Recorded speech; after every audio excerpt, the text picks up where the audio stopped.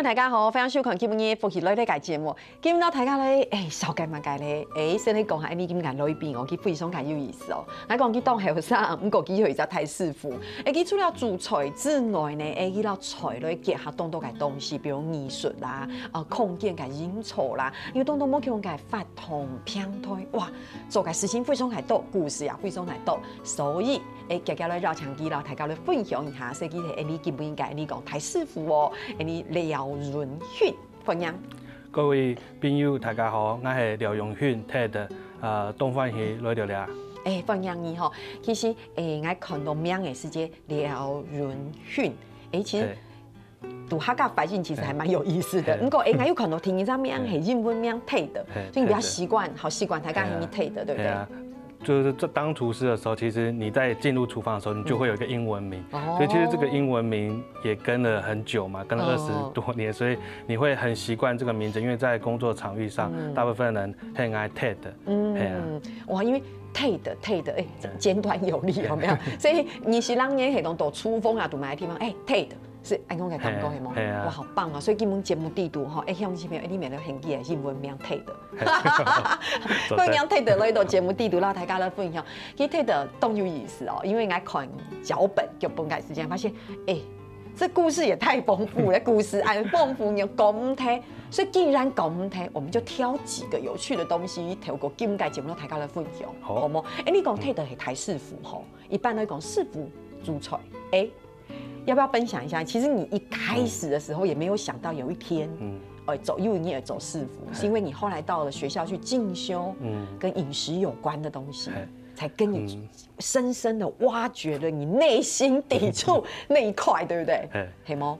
錯，我在五專的時候，我其實是念自動化工程，對啊，所以念五專的時候，那時候念自動化工程的時候，會覺得自己好像對念書這件事不擅長，就是很有挫敗感嘛，就是好像怎麼學都學不會。然後那時候其實這個志願是我爸爸幫我填的，所以爸爸當然有對你會有一個期許嘛，國中畢業哦，希望你可以接家業，你可以去念跟家裡有關係的東西。但是自己在這5年當中，其實對這件事情是沒有興趣的，會發現自己好像很不擅長念書，怎麼好像學什麼都不會。可是在這個五專過程中，我的人生第一份工作就是在餐廳工作，所以在餐廳工作裡面的時候，我發現這件事好像對我很容易也很簡單，就是別人學1次。好，他要學10次，學100次學不會，可是我好像學1、2次，我就知道哦，原來這個味道要這樣加，原來這個要怎麼調整，所以我就開始覺得說，可是我有好多的疑問，對於主吃的這個總譜，就是當一個廚師，他有沒有社會的責任，有沒有一些社會的道德，就是我常常會有一個疑問說，這個食物，這個原料從哪裡來啊？好，它到底是不是基因改造的？可是好像我都沒有辦法在職場上得到答案，所以我就覺得我應該要去花一點時間進入到學校重新的學，所以我應該去讀我想要的東西，所以我那時候就花了2年時間去念了食品科學。對，好有意思哦。那躺TED愛用講，你是不是剛剛講？其實如果我們說你身體裡面原本就被賦予了那一個你應該要有的大使命，大家愛用講，所以你塗該比較屬於那種工程的時候，就覺得哎呀。好沒意思，人生都沒意思。突然跟這件事情，為什麼？因為你學起來，因為那就是你的大使命的那種感覺，所以別人要學10遍，其實別是不會的。不過其實跟蛋講一道好高圖，當然這中間有很多細節的故事，我們可以跟大家分享。不過我覺得很有意思，你今天會發展到安永改長途，是因為後來你又去了澳洲，是嗎？對不對？也是到餐廳工作嗎？對，也是到餐廳工作。對，所以在澳洲的那個2年，其實對我自己後面的在台灣這些所做的事，其實有蠻大的那種轉變，可以說是有轉捩點。有轉捩點，因為我那時候在餐廳遇到一個那個原住民，他是紐西蘭人，可是他都會說他是毛利人，他是毛利人。然後他有一天他就問我說 ：“TED， 你是哪裡來的？你是哪裡人？”那我就說：“我是台灣人啊。”好像很。就好像很简单嘛，很直白的这样讲。那我觉得他如果可以了解台湾这件事情，对我来说好像已经很了不起了嘛。毕竟这么多国家的人在这里工作，他没有说成开练台龟，因为一般你讲推班你哦台龟，推班你台龟，对哦，对，所以我就会觉得很直觉的讲了台湾这个字，但是他就满脸的疑惑告诉我说 ，Ted。你说你是台湾人，但是台湾有人从大陆来的，有人是原住民，有人从很多地方移民，但是你是属于哪一种人？好像比你还了解，对不对？所以我那时候其实有点惊讶嘛，我看到他的脸这么多疑惑的时候，我都会觉得说，对耶，我不知道我从哪里来，就是我是一个客家人，可是我好像讲不清楚我从哪里来，我为什么要吃这些食物？所以我的同事就问我说，Ted。你可以去讲一讲说，客家的食物有什么样特别的地方吗？和台湾食物和其他的食物有什么差别吗？所以当下的时候，我其实是讲不出来的嘛，我就觉得说我到底应该要讲那个炒妞，还是讲那个炒柱葱？我应该讲这些吗？对，那这个味道的差异到底和他们所认知的台湾有什么不同？到底我可不可以把这个文化讲出来？我发觉在当下的那一个时间，他问了这个问题的时候，我是回答不出来的，我是有点呆住的。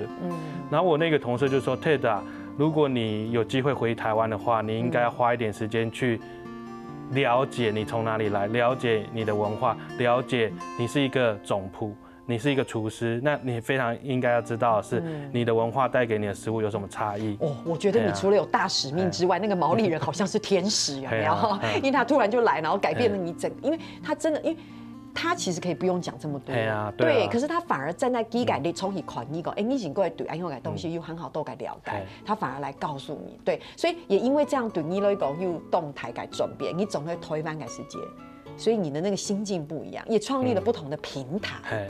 对，比如讲又在偏推翻堵奶，就是接续刚才不英文改问题，推翻堵奶，这也是一个平台嘛，这是一个怎么样的平台？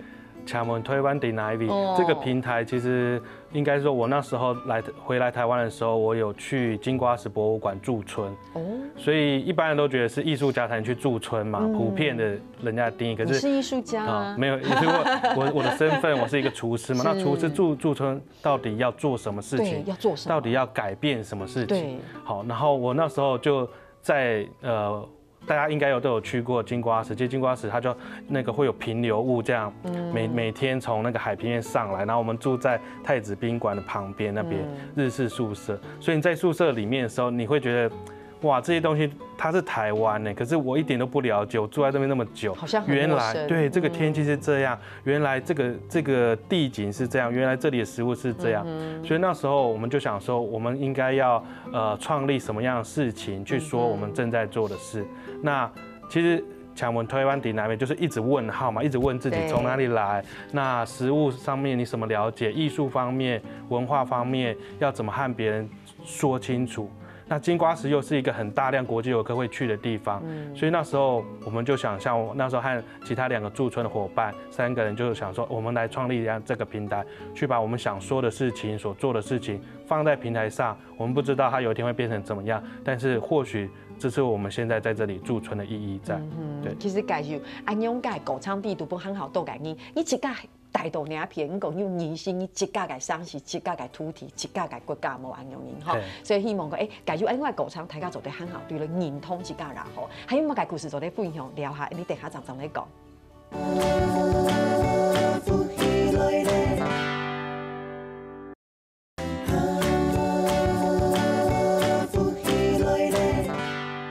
当朋友走在绕墙斗 ，Ted 来到节目地图哦。其实 Ted 哦，真的跟你讲话会觉得好有意思哈，大嘴骨都有意思。所以我俩没冇多讲，解决冇问题。依家讲到其实按用改平台，其实没有错。我们自己斗两片土地吼，你其实很少去想象你自己在这片土地，你是不是真的认识自己，或是你有没有安用改词我改认同。我们带讲就安用改平台，还有一个好有意思的平台，有没有主厨流浪中有没有？主厨溜龙中这个平台又是什么平台？这个其实是因为我办了一个展览，在去年，然后主厨溜龙中，那很多人觉得流浪就是好像什么事情都不用做嘛。好像没事做，叫流浪。那我那时候我们就帮这个展览定了一个名字，好，这就定了一个 slogan， 叫我们说，那些看不见自由的人认为流浪的人疯了。因为这4年来，很多人你都没有给我时间品味一下这一句 slogan 呢，你再讲一遍可以吗？那些认为不自由，那些看不见自由的人认为流浪的人疯了，对。所以你除了大使命，也有天使，现在又多了一句很哲学的思考。因为那时候应该是说，不管是现在有社群媒体嘛，有 Facebook 或者是任何东西，所以不管我以前的同事或我以前的同学或者以前的朋友，其实他们不太了解我4年在干嘛，好像你没有事情做啊，一直跑来跑去嘛，好看不出你有一个所以然，所以他们觉得这个流浪就是好像Ted没事做。可是对于来说，我认为的流浪是我开始找到那个自由是什么，我开始知道我要做什么东西，我想要了解什么事情。所以那时候策展人就问我说，你觉得你这些东西都是安排好的吗？那我说没有，我都没有安排。我说这叫做没有计划的计划，就是当你认真在当下做那一件事情的时候，做好那件事情的时候，它就会带来下一个计划。所以很多人都觉得，你看起来好像去了峨眉，又再去阿里山，又再去花莲，又再去澎湖，去东莒，好像是安排的嘛，不然怎么会一个计划接着一个计划？我说没有，就是你当下的花了100%的心力在那个事情上面的时候，他做完了，他就会有下一个计划，因为或许他就是有一种善的循环，所以那感告这就很重要嘛，就是主厨流浪中，那他流浪这个中间可以改变什么？改变台湾多一点点，所以我把在台湾看见的事情，用影像的记录，用装置艺术的记录去呈现我觉得的美好，和觉得想要让观看者还有去看展览的人多一点点感触，去反思自己说，如果厨师都可以做一点什么的话，那你我都可以做一点什么事情去改变台湾一点点这样。我来给 Ted 一点点回馈好了哈，就是 Ted 讲到还有善的循环，对不对？我的感觉是这样，就是说，如果你做的这每一件事情，其实你的起心动念跟发自于内心的事情，都是希望能够带给这个社会两片凸体两在煞肥，借由你能够发挥的力量，带给一个正面的影响的时候，为什么会一个计划接计划？就是因为这样的态度跟能量，所以他会下一个计划给他必不匮乏。我觉得这就是这种概念，必不匮乏。如果你做的每一件事情都是寻求个人的利益出发或是什么的时候，你就不一定会一个计划接计划。我只是想给他一点回馈而已，因为第一个你还善的循环，所以台咖会讲，那到底是什么计划呢？大家都可以提一再给吧。所以你第一个计划就到了内湾、女湾，你女湾每栋都他刚应该提供嘛，对不对？好，而且这个故事很有意思哎，听说电话响起的时候，他说你邀请你来，哇，好棒哦，哦，你要做这个做这个做这个做这个走了，薪水。2万尼，对，要不要分享一下这个故事？好，所以内湾这个计划其实是我在从澳洲回来台湾的第一个计划。那时候我一直想要离开传统的厨房，那我想要去找一个好像就像我在澳洲的同事那个莫里宁，他告诉我的说，你应该去找出，那你是客家人。你可以做点什么事情？你是厨师，你有没有办法去好好的说你自己的这个系统的菜，好好的告诉别人说他到底为什么这样？所以那时候回来台湾的时候，一直在开始要找工作嘛，但是已经决定你不回到一个制式的厨房，不回到饭店，不回到餐厅。那时候一直会觉得我自己能做什么事情呢？就是的总铺。不在厨房到底可以干嘛？好，所以那时候就是一定要脱离体制就对了。那时候就有很强烈的感觉，说我想要离开一个制式的厨房，离开一个舒适圈。所以那时候就有一个电话打来，他就说啊，我们要找一个厨师，好，但是这个你会不会一点园艺啊？你会不会一点整修，空间布置，好，那你会不会我们要开一个餐厅？哇，要开餐厅，所以你要懂成本，你要懂人员，你要懂管理经营。对，好，那我们是一个很大的园区，那这个园区未来的展望，希望可以朝一个复合式的文创园区。但是他的职位就是一个厨师，所以我那时候在接到这个电话的时候，我有一个很多疑问嘛，就问号说啊，我回来台湾之后，原来这就是要离开体制外的选择吗？你看多棒 ，Tate 他给你一个很大的地方，对不对？你要做厨师，还要走艺术，走控店，对不对？所以听起来很棒，听起来很棒，但是薪水2万2嘛，所以那时候会觉得说，哎，自己到底要这个转换是自己想要的吗？那我就说，哎，那我们可不可以，我实际到现场，我去走一遍，看一遍，看看，我们再谈谈看。那时候我就去了这个地方，我有记得就是我站在那个园区，看到对面的那个火车站，然后前面是内湾老街，人是满满的。我觉得这里非常好啊！这里如果我去一个这个地方，我只要把人拉到这里来，这里有地方可以舒服，可以去看到艺术，看到文化，可以去吃东西，可以坐下来好好静下来，这才是老街要传达的，不是那么吵，不是这么烦。所以带到一个地方的时候，那里有非常棒的条件，他可以直接看到火车站，哇，可以看到历史，可以看到文化。所以我就说，我觉得这里不会发展不起来，而且它很有可能，只要一个观念或一个形态转变的话，它就有可能长出它很好的样子。然后那时候我就说，我就跟那个负责的人说，那我可以跟你谈一下条件嘛？就是因为2万2的话，好像真的现实和理想中有很大的拉扯嘛。对。好，那我就说，那我可以接受这个薪水，那我可不可以谈一个条件说，如果他现在的状况那么糟，那如果他变好，他可能有营收了，有盈利了，稳定了，我可不可以在里面抽成？如果这件事情现在是 OK 的话，那我愿意进来去尝试这件跟以往不同的事情。然后那时候他们也非常爽快的就答应了。他一定要答应啊，2万2哎，2万你一定要答应。但是那个条件就是说，当到一定利润要抽成。可是这个地方当然那时候经营的非常困难了，对啊，所以他们可能也不会觉得有可能这件事情。但是我觉得我至少看到那个地方有可能，因为它有非常好的条件，而且我觉得它在于很多客家这件事情，可以让我慢慢的更认识。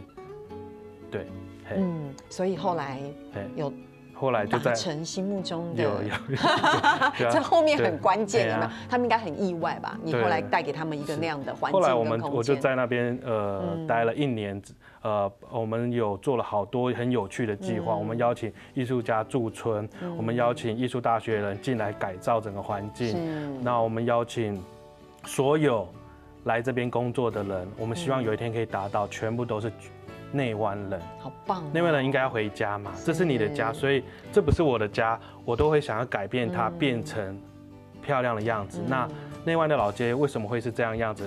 那我们可以去想说，大部分人不是内湾人嘛，所以当这个家不是你的家的话，你会怎么样去改变它？不太会嘛，因为我要赚钱嘛，我要用最少的时间去达到营收的话，所以我可能会用铁皮，我可能会用其他的景观去改变。可是如果这是你的家的话，你把这当家的话，你一定会把它改变成说，这可以用100年。可以传给下一代，所以那个景观和视觉上就会有很大的不同。的确，我觉得这是台湾人目前很缺乏的，很需要被转化的。我感觉会安用，因为其实他们不是故意的，可他们会先比较看到比较短程的那个利益，不是不好的利益，对，因为。还是先走生利啊，你讲来很铁皮屋打一咯，还有没有弄得很奇怪啊？对他们这个是台湾人需要被转化跟教育的。后来你就离开了那个地方吗？你真的是一个不安定的灵魂，在你的内心追求持久感应，因为我们就觉得哇好棒哦，可是他马上就要做另外一个给吧人地吗？所以我看过去的给吧，哇好多好多，比如说你还去了澎湖，是不是？澎湖这个计划我觉得蛮特别的。这个计划我那时候我们把它取名叫做看天吃饭。好，那看天吃饭，要什么意思啊？就是居民也会很纳闷嘛。然后呢，我还记得说，我们第一次去的时候是一个净滩的组织。那净滩组织关我什么事？好像也没有关系。所以我就开始他邀请的时候，我就开始关注他说这个净滩组织在做什么，做嘛干。每天去海边捡垃圾。捡垃圾到底跟我有什么关系啊？那他就提出一个问题说 ，Ted，我有一个想法，就是我们可不可以一起去海边，我们把这些海漂的垃圾去把它捡来，变成一个别人想不到的餐桌，变成一个海废餐桌，让人家知道说，其实我们生活中有太多的不必要的东西。那垃圾从哪里来呢？垃圾看似我们觉得这些垃圾都不应该出现在海滩啊，因为很多是家庭垃圾嘛。那它的源头到底是哪里来？垃圾我们可能永远捡不完，但如果我们把它转化成一个很美的事情，然后日常生活大家都会的，大家都会要吃，所以它变成餐桌的时候，它是不是能够说出更深的事情，去表达他们自己要做的事和我想做的事情？对。所以就在那边执行了这样的一个旁夫改给吧，而且也在那边，其实我相信每一个法同到每一家给吧，对你来说，除了是一个新的体验，其实也是一个新的反刍跟新的学习，我觉得也在增加你自己变得更好的、更强的一个能量。对，所以其实你自己本身如果又做是跟厨师。对，所以你在那边也看到很多不一样的饮食文化，跟我们一般人翻旅游书看都很冇可能会从哦。我觉得很惊讶的是，那时候那个邀请的人问我说，Ted， 你有什么想法吗？你有什么来澎湖一定要做的事吗？等一下，我觉得跟 Ted 合作很好我都不用想因为我只要问说 Ted 你有什么想法吗？所以来起到好轻松没有，所以。都在Ted对旁夫改给吧，又嘛改想法，所以昨天袂用请你改用心的先聊下。你马上等下张总来谈起，都在旁夫其又嘛改给吧的想法。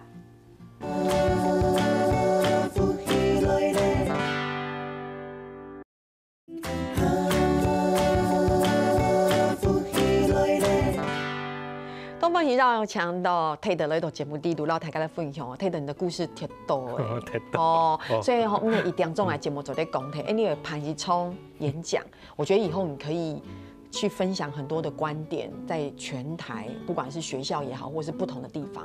算了，我还哪位讲，听起来很小里小气，我嘛个了不起，轻的一道女卖的一道胖夫，所以。澎湖吃这件事情有没有特别有什么特色？让大家来讲一下。我那时候我们我就希望邀请的对方就说，你可不可以带我去人家的日常生活的家里，去吃他们平常会吃的菜？好，然后他们说，为什么要？就是我可以带你去餐厅好吃的餐厅，海鲜啊，然后我说没有我觉得好像我很想要知道到底澎湖人平常是吃什么。然后他们就真的邀请我去一个家里，我记得我那一天真的，我对每件事看起来都是哇，每件事都总会这样煮。好，然后他就说。我们要煮一个，就是我们澎湖人都会吃的紫菜冬粉。我就听这名字好像很普通。对啊，就紫菜汤嘛，紫菜汤是不是？冬粉黑吗？对，就是听起来好像这件事嘛。但是紫菜这件事情对澎湖人有多重要吗？就是他们听到紫菜这件事情的时候，他们会觉得那是黄金一样的感觉。对。然后我就说有这么奇怪吗？这么特别？他说，因为你们吃的紫菜不是澎湖的你们吃的紫菜产地绝对是别的地方，所以你们不知道澎湖的紫菜那个味道、那个香气和那个颜色不一样。他说，每个离开澎湖的人回来澎湖都会说我要吃紫菜冬粉。那我说，这件事情好像我在任何餐厅都没有看过这个菜啊，而且我想大家每提100糖狗，然后他就妈妈就在现场料理给我看，就是哇，又有肉，又有海鲜，又有紫菜，然后那紫菜还要洗，还要过滤，他应该要说十几次，没有，他应该要说海鲜肉佐紫菜，他应该是要海鲜肉佐紫菜佐冬粉。可是对，没想到这么丰富。然后他煮真的非常的繁复，所以那时候我就看到澎湖人的家里，然后我就问说：“阿姨，你的家里好像没什么调味料，因为你台湾去一个人的家里，尤其厨房，哇，一个柜子、冰箱嘛，瓶瓶罐罐，对，他大概就只有酱油、盐巴，然后白胡椒就只有这种，还有米酒。然后什么都没有，那提跟我家差不多。好，跟你们，那你算是非常会煮菜。没有，是因为没有在煮菜，不是会煮。然后我就会发现他们那个，我就会想这个逻辑是什么？因为我们煮菜的人通常会需要很多不一样的风味嘛，去增加它一层一层堆叠嘛。那澎湖的菜为什么会是这样演变？我就看阿姨这样煮，然后我就问阿姨说：“阿姨，就是像你啊，你们会用那种章鱼，他们叫闽南语叫做酒菇去炖肉，有点像客家的那孔妞嘛。那孔妞我们不是就是这样炖嘛？可是他们会加章鱼进去，他们非常的讲出来，觉得这是日常生活很普通。我听起来觉得很惊讶嘛。章鱼跟孔妞是搭的吗？哇，我听起来都很惊讶不是只有你，我觉得奇怪了，我们对澎湖的认识怎么这么少啊？哈，你对澎湖感情是非常少对啊，然后他们就带我去市场嘛，然后就在市场的时候，因为所有海鲜都有变成干货嘛，对。然后当我看到那个海鳗变干货的时候，我很惊讶嘛，海鳗变干货不是很可惜吗？对呀。然后因为我们海鳗太多了，所以我们必须保存它嘛。然后我就问了老板，那为什么海鳗还这么贵？对。没有澎湖海鳗很便宜。好，是。然后我就问了老板说，那这海鳗买回去要怎么做？然后他就说煮排骨汤啊。我说哈，煮排骨汤。海鳗加排骨不是要做什么冻饭那类的吗？黑猫所以我们跟我的印象中那个食物的连结好像很不一样然后我就问那个老板说，你们都是这样子？他说对啊。我们都喜欢山的东西加一点海的东西，好，这才打到我，因为我自己做菜的时候，我真的山的东西我会加海的调味料，海盐或海里的东西，海里的东西我会加山里的东西，盐或其他东西，我才知道那个就是一个平衡然后我才发现说他们有很多的小吃，譬如说他们有一个很特别的食物叫做炸枣。听起来很怪嘛，这个名字中文炸枣是炸水果的一种吗？好奇怪哦，它有点像是我们台湾的那个芝麻球，但是又不是芝麻球，它有点像，而且它的背景很特别啊。好啦，做美食节目啦，我们就它背景实在太特别，就是说你在市场看到炸枣这2个字，你绝对联想不出说它是因为喜庆而衍生出来的东西，然后它是代表就是男方要去提亲的时候，譬如说我跟你感情很好，那我要送你炸枣就会比较多，对，那我跟你只是点头之交，我送你炸枣就会比较少。这是认真的吗？是认真的，所以这好吗？这样好吗？因为我收到的好少，这样子。对，很特别，我觉得好直接，好悲伤哦。万一我收到1颗炸枣，是不是觉得1颗不用去了，不要去？对，这就是告诉你说不要来，没有要收你的红包啦。所以我觉得，以前不用语言，用食物可以传达那么多。用食物传达我跟你关系不好，也很好啊，就是我不用写信，对，不用写信，不用讲，太尴尬了。我只要送1颗枣子，所以该记住哪一天炸枣，我送你1箱。所以现在可能办公室所有原本是澎湖人都不敢说自己澎湖人，因为澎湖人的男性规定传统还是要送炸枣来证明说跟你的关系是深还是浅。所以这些东西其实对我来说很大的影响是说，原来你看澎湖离我们那么近嘛，可是在吃的这个方面好像。都是对我来说都是好新奇哦，我觉得不一样，我觉得很心虚我自己活了这一把年纪，我今天应不应该这样了解？其实我对澎湖的认识好浅薄。好浅薄。Ted， 你的故事这么多，你今天还有好多计划要分享。这个故事我好想延伸，不过我们短短的来分享一下。我们讲到河有澎湖，讲到山啊，我们中央山脉多骄傲。那个山对不对？我们讲一下阿里山，阿里山也有计划，对不对？阿里山就是我现在在做的计划，然后我们做了一个计划叫阿里山料理王。好，那它其实是一个料理的竞赛。那料理的竞赛，其实我想要做的目的是说，我常常问我周边的朋友说，你有没有去过阿里山？他们就说有啊，小时候，或我这辈子只去过1次。那我就觉得。既然阿里山，它那么特别，那么漂亮，然后它在日据时代的时候就是国家公园了。那它有那么多特殊的地景、文化，还有历史，那它为什么我们一辈子只去1次？对，而且很奇怪的事情是，你一辈子只去一次也没关系，可是重点是你只去阿里山游乐区。你理解我的意思吗？就阿里山游乐区看日出。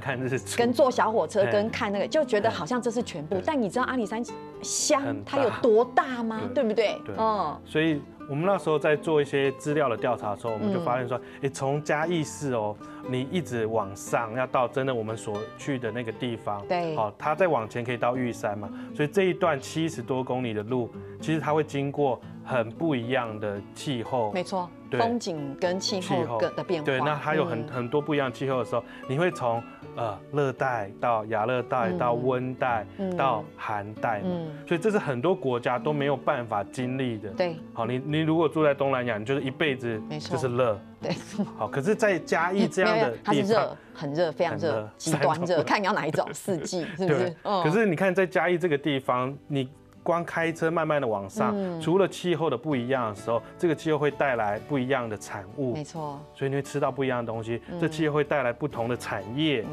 人也不一样，有州族，有种茶的人，所以那个风景其实对我来说是不可思议的，对，很不可思议。对，所以我一直想要，那怎么样把这个食物的东西去梳理一下，去告诉别人说，再来一次阿里山。对，阿里山其实不一样。对，阿里山整个阿里山乡的生态保育，包括邹族的文化、塔山，在那整个所带来的那个陡峭跟直立，而且里面好多神话故事，超出你的想象，对不对？